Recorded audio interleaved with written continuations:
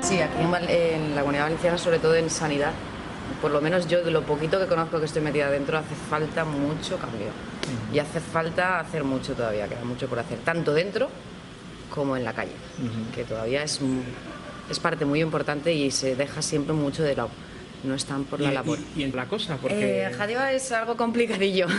Es un territorio algo un poquito así, ahora está un poco desmadrado. Sí, con el cambio ha sido radical. Después de tantísimos años solo uno, era un tripartito y todo muy movido, unos piensan una cosa, pero bueno, poquito a poquito y pasito a pasito iremos ganándolos, seguro.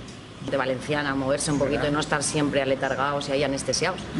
Que se nos oiga un poquito, ¿no? Que también contamos y mucho, creo que es lo que más. Ideas sobre una base que ya concreta, que ya conocemos de la realidad que hay aquí en Valencia de muchos años, de 20 años y de 30 años anteriores, con temas de sanidad y servicios sociales, como está Inma ahí también muy metida, y están aportando muchas cosas sobre una base que ya hemos aportado las comisiones, y lo que pretendemos es que todo el mundo participe y aporte su realidad que ve en la calle. Para esas discapacitadas, con el colectivo de personas dependientes, para que tengan una mejor calidad de vida y sean respetados y sean pues incluidos en la sociedad, que como personas que son y no como personas diferentes, que vamos, somos todos iguales.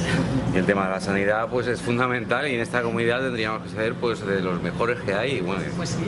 Estamos en España, ello. pero evidentemente hay que coordinar más lo que son servicios sociales con sanidad, que actualmente están como totalmente separados. Si no hay una coordinación y realmente repercute en muchas tragedias que vas muchas veces a atenciones sanitarias que no lo son, que son más de servicios sociales, y no existen mecanismos reales para poder suplir esas carencias. Y necesitamos centros que cojan esto, lo que estamos hablando, que cubran las necesidades de las personas, sobre todo adolescentes, niños que necesitan un tratamiento especial.